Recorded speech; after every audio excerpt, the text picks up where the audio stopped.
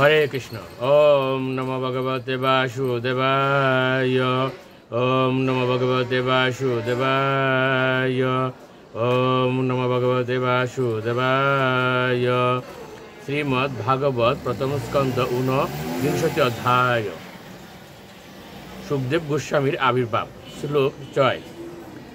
ইয়া বৈ লসৎ শ্রী তুলসী বিমিশ্র কৃষ্ণাঙ্গে রেণুবদি কাম্বু নেত্রী পুনাতি লোকানুবৈদ্য শেষান কস্তাম ন সেবেদ মরিষ্যমান। অনুবাদ। যে সুরুদুনি শ্রীকৃষ্ণের চরণ রেণু বিমিশ্রিত তুলসী দলের সংস্পর্শে সর্বোৎকৃষ্ট শরীর রাশি বহন করছে, যিনি মহাদেব পর্যন্ত দেবতাদের অন্তর এবং বাহির উভয় পবিত্র করেছেন, মৃত্যু নিকটবর্তী যিনি কোনো মানুষ সেই পবিত্র ভাগীরথীর সেবা না করবে। শ্লোক 7। ইতি ব্যবচ্ছিদ্য স পাণ্ডবেয় প্রয়ুপবেশম প্রতি বিষ্ণুপদাম দদৌ মুকুন্দাগ্রি মনুন্য ভাব মুনিব্রত মুক্ত সমস্ত সঙ্গ।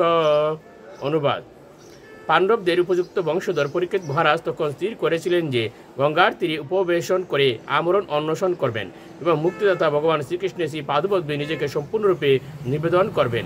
তাই সব রকম আসক্তি এবং সঙ্গ পরিত্যাগ করে তিনি মুনিদের মতো শান্ত ভাব অবলম্বন করেছিলেন। শ্লোক 8।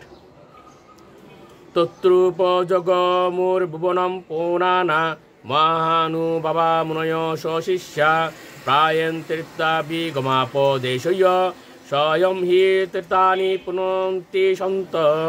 অনুবাদ। সেই সময় ভুবন পাবন মহানুভব মুনিরা তাদের শিষ্যসহ সেখানে এসে উপস্থিত হলেন। সাধুরা স্বয়ংই তীর্থস্বরূপ, তারা তীর্থগমন চলে তীর্থ সকলকে পবিত্র করেন। শ্লোক 9 ও 10।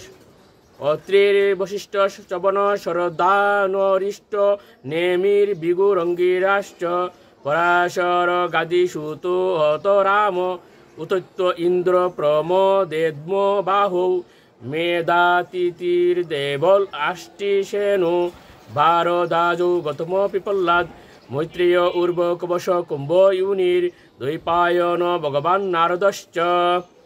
অনুবাদ। অত্রি, বশিষ্ঠ, চবন, শরদ্দান, অরিষ্ট, নেমি, ভৃগু, অঙ্গিরা, পরাশর, বিশ্বামিত্র, পরশুরাম, উতৈত্য, ইন্দ্রপ্রমোদ, ইদ্মবাহু, মেধাতিথি, দেবল, আষ্টিসেন, ভারদ্বাজ, গৌতম, পিপল্লাদ, মৈত্র, উর্ব, কবশ, কুম্ভজুনি, দ্বৈপায়ন, ভগবান নারদ প্রমুখ মহর্ষিরা ব্রহ্মাণ্ডের বিভিন্ন স্থান থেকে সেখানে উপস্থিত হয়েছিলেন। হরে কৃষ্ণ।